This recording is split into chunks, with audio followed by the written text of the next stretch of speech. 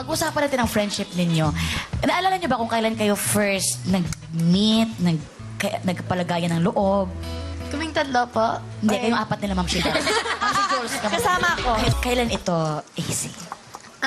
Ako po, una ko pong nakita sa Ate Ella. Sa The Voice po, nag-meet po kami ng The Voice. Tapos, nagustuhan mo na agad si Ate Ella mo. Opo, kasi po super bait niya po. Thank you. Ikaw naman, AC. Na-meet ko po siya sa dinner. May dinner. Kasi yung birthday ng tito ko. Si Tito Mark. Tito Mark, opo. Tapos, akala ko sa TV mahihain. Pero pag nakita ko siya, super talkative, di ba? We were telling a bunch of stories and we were eating. Ang saya ko. So what can you say about God, grabe. That was Taglish! So Cannot talkative. believe it. Yun lang yung nasabi. Alam niyo sa your face talaga, enjoy talaga tayo doon, no, nagkakaibigan. Kami sa your face, kami nagka-close. Parang sila din. Kami din po.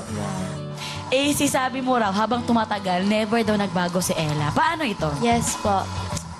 She's super humble.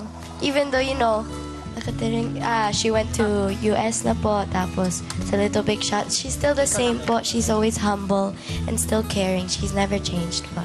Oh, that's good.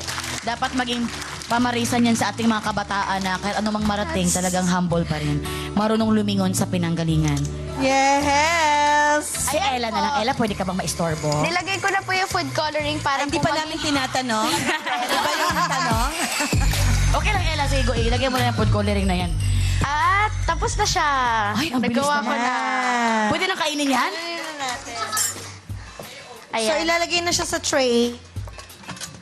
Uy, alam talaga niya paano mag-bake. Makikita mo talaga sa galaw niya na baker talaga siya. No? Ako, Ella, excited na ako magkaroon. Excited na kami na magkaroon ka ng sarili mong bake shop. Oo. Sana po this year. Ella's Bake Shop. Ella's Bake Shop. At gusto niya talaga this year na daw.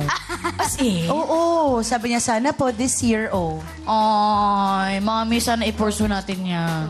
Parang sila din tayo nung nandun tayo sa Your Face. Kasi sila din sa Your Face, more on tulungan sila. Kesa ang kompetisyon. Oo nga, ganun talaga ang magandang samahan. Talagang tulungan. Tulungan ba kayo sa inyo? Kailangan Yes tulungan po. mo. Yes po. Opo, we all give each other tips sa rehearsals. And that's a good attitude. Yeah! Hanep! Saan po? Ayan po. Laika, tulungan kayo. Yes po. Pag may mga, ano po kami, yung pag may mga mahirap po kami kailangan gawin, tulungan po talaga kami.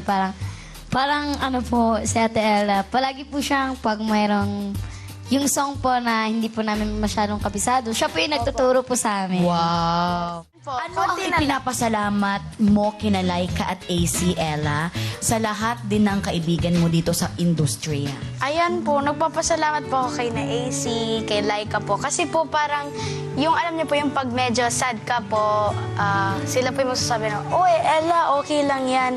Kaya mo yan next time." Tapos po, lagi pa rin po kaming friends at sana po magstay po yung pagiging mag-friends po at mag-best friend namin.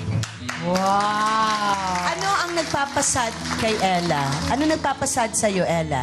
Yung tawag po din, yung pag kunyari po yung performance niyo po hindi po masyadong well. Kaya po parang, ay sayang naman, hindi ko masyadong nagawa. Ganun Pero po. sa amin, ang galing. Galing niya po. Medyo ano siya, parang perfectionist. Lagay ko na po siya sa oven. Crush. Hi mga momshies! Subscribe to ABS-CBN Entertainment YouTube channel.